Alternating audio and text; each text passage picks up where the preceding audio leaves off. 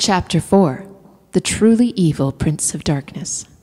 The Prince of D was floating just off stage behind a curtain that hid him from the audience. He was watching the entertainment, enjoying himself.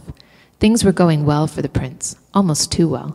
He'd spent his whole life battling the forces of freedom and fairness, formerly known as goodness and light, and now he suddenly found himself in some danger of actually winning the war.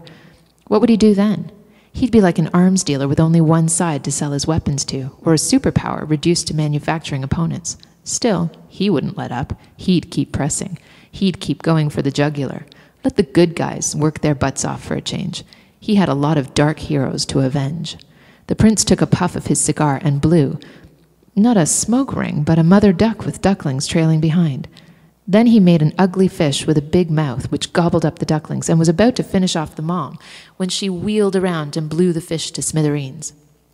The circle of death. He loved it.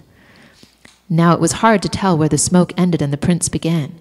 The prince usually took a form that those around him could recognize, but at the moment, he was being vague, content to look like a storm cloud. Footsteps approached in the darkness.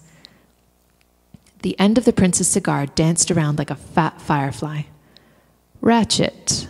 The prince's voice wasn't so much a voice as a low rumble. "Yes, sire." "You're late." "Yes, sire." "The last chancellor who was late lost his tongue, as we recall." "Yes, sire. I had to eat it."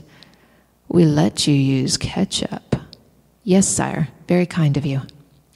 "That was a lesson, Ratchet. He tried to make an excuse."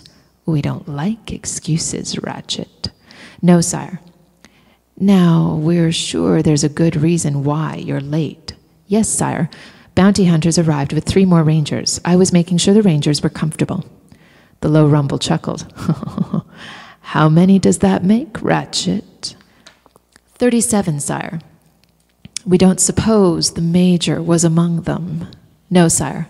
"Good. We don't want her to give up without a fight." "Yes, sire. You like a good fight." Ratchet knew better than anyone all the battles the prince was winning at the moment. "Offering a 100 million units for the major's capture has certainly set the horse's tail on fire," said Ratchet. "Greed, Ratchet. Never underestimate the power of greed." The fat firefly glowed bright red.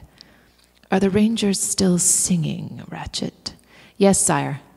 And yelling freedom for all, but Ratchet thought it better not to mention this. Listening to Kumbaya over and over again was bad enough. "They'll soon change their tune." The prince dropped his cigar and crushed it. Guards were leading the 5 slaves on stage. "Showtime, Ratchet."